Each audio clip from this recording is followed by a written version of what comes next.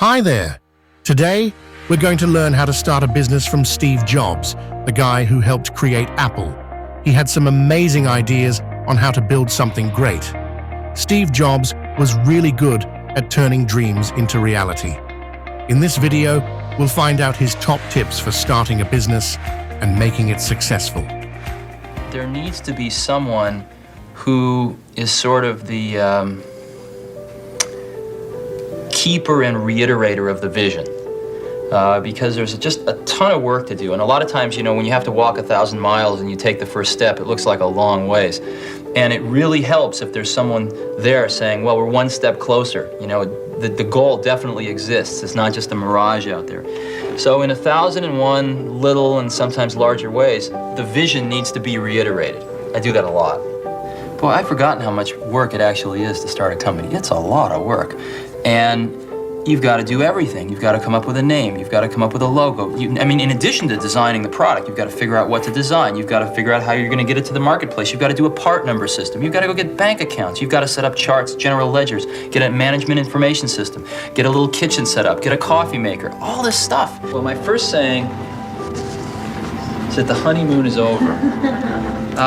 All of those wonderful things that we got for just being are now sort of just old news. We are like every other startup. We've been a company now for 6 months. And yes, you could say that, well, we had a lawsuit for 4 of those months and we had this and that. But the bottom line is the world doesn't really care. What the world cares about is what we produce. We've been a startup for 6 months. We've been spending money like we've been a startup for 6 months. And in some areas, we've really produced a lot. We've got a lot to show for 6 months in some areas. In other areas, we don't have a lot to show for 6 months. So I hope that throughout this retreat, we tend to make sure that our feet are on the ground and we realize that we're going to be judged like every other startup from here on out, and that is by what our product is and how timely we bring it to market. And getting a consensus on a common vision. We wanted people that were insanely great at what they did, but we're not necessarily those seasoned professionals, but who had at the tips of their fingers and in their passion the latest understanding of where technology was and what we could do with that technology, and who wanted to bring that to lots of people. So the neatest thing that happens is when you get a core group of 10 great people, it becomes self-policing as to who they let into that group. So I consider the most important job of someone like myself is recruiting. One of the things I've always found is that you've got to start with the customer experience and work backwards to the technology. You can't start with the technology and try to figure out where you're going to try to sell it. And I've made this mistake probably more than anybody else in this room. And I've got the scar tissue to prove it. And I know that it's the case. And as we have tried to come up with a strategy and a vision for Apple, it started with what incredible benefits can we give to the customer? Where can we take the customer? Not starting with, let's sit down with the engineers and figure out what awesome technology we have and then how are we going to market that. And I think that's the right path to take. You've got to find what you love, and that is as true for work as it is for your lovers. Your work is going to fill a large part of your life, and the only way to be truly satisfied is to do what you believe is great work. And the only way to do great work is to love what you do. If you haven't found it yet, keep looking, and don't settle. As with all matters of the heart, you'll know when you find it. And like any great relationship, it just gets better and better as the years roll on. So keep looking. Don't settle. Did you ever want to give up? Did you ever think of giving up? There were moments where it was pretty tough. There have been moments, but no, I don't think so. I don't think so. The first year or two was the hardest. And there was no personal computer in 1975. It's Right. It's very hard to believe. Well, that's why we made one. Yeah. We made one because we wanted one, and there wasn't one, so we had to make one. Did you know that when you made the personal computer, though, that this would become a major industry? I mean, did you know like this? No. It took about a year before we started to sense it. I had a partner named Steve Wozniak, Right. who's a brilliant guy. And he did most of the engineering on the original Apple I and the Apple II. And after about a year, we showed it to we just made it for ourselves. And we showed it to our friends, and they all wanted one. And so we were busy making these computers by hand for our friends, and it was taking all of our life. All of our spare time. And so we decided we better manufacture 100 of these to get, so that we can not have to spend the rest of our lives making them for our friends. And that's how we got into this. We didn't think about starting a company. We were just doing it for ourselves, and then our friends, and then the circle got bigger and bigger and bigger. Now there's 25 million people. So you were having fun. Oh yeah, we've always had fun doing this. So many young people are aspiring to become, startup venture, venture companies and Right. emulate something like Apple for themselves. And sometimes people come to me and say, I want to start a company. And I say, why?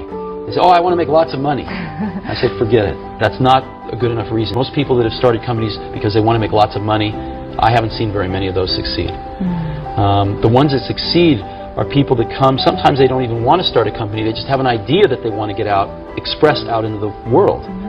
And oftentimes they have to start a company because nobody else will listen to them. It's a company of 10,000 people. How do you permeate the message throughout all the employees? What do you say to them? Well, you permeate it by example, ultimately. And in other words, when something's not quite good enough, do you stop and make it better, or do you just ship it? And everybody watches to see how the senior management makes those decisions. And what we've tried to do is stop and make it great before we ship it. When we have problems, stop and fix them. And by example, you can say anything you want, but everybody watches very carefully when you're in a difficult situation, what decisions you make, what values you have. They would like to know how you do it, and it's probably it's probably not easy to do. Yeah, we try to hire really smart people, but we have a very simple organization, and we try to focus and do very few things well. And focusing's hard because focusing doesn't mean saying yes, it means saying no. So we decide not to do a lot of things so we can focus on a few handfuls of things and do them well. And I think everybody working at a company wants to do something great.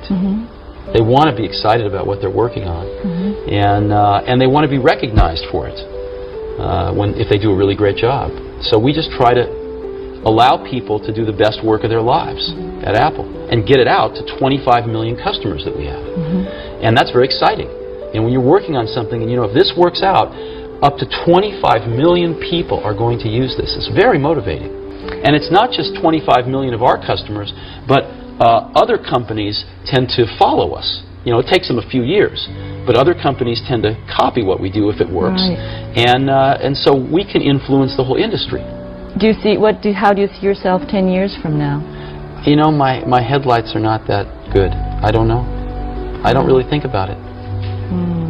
I think about a year, 2, 3 down the road. We have some projects at Apple that are sort of maybe 4 years down the road, 5 years, probably like 3 or 4 at the most, because things change too much. You can be going down a path, you say, well, in 5 years I want to be here, but then something new happens, and you just say, forget that, I want to be over there. So most of this 5-year planning that I've seen in my life, some of it's essential, but most of it changes too quickly. So we tend to look 3-4 years. It's about as far ahead as we can see. So you can kick yourself in the butt, but I guess now's the time to change. And one of the things that I don't see is, I don't see it myself, I don't see it in enough of the rest of us, is I don't see that startup hustle. In other words, if we zoom out at the big picture, it would be a shame to have lost the war because we won a few battles. And I sort of feel like I and some of the rest of us are concentrating too much on the smaller battles. We have to and we're not keeping the war in perspective. And the war is called survival. The war is called not run out of money until we get our product on the market. Some insights and some fundamentally different experiences which I thought might be very beneficial to their lives because of this germ of an idea a few years ago. And that's an incredible feeling. To know that you had something to do with it, A, and B, to know it can be done. To know that you can plant something in the world and it'll grow and change the world ever so slightly. Whether Next can be a viable business is something only time will tell. But Steve Jobs' passionate commitment to his vision is clear, and his certainty that it can be achieved and is worth achieving is a conviction to be observed in all successful entrepreneurs.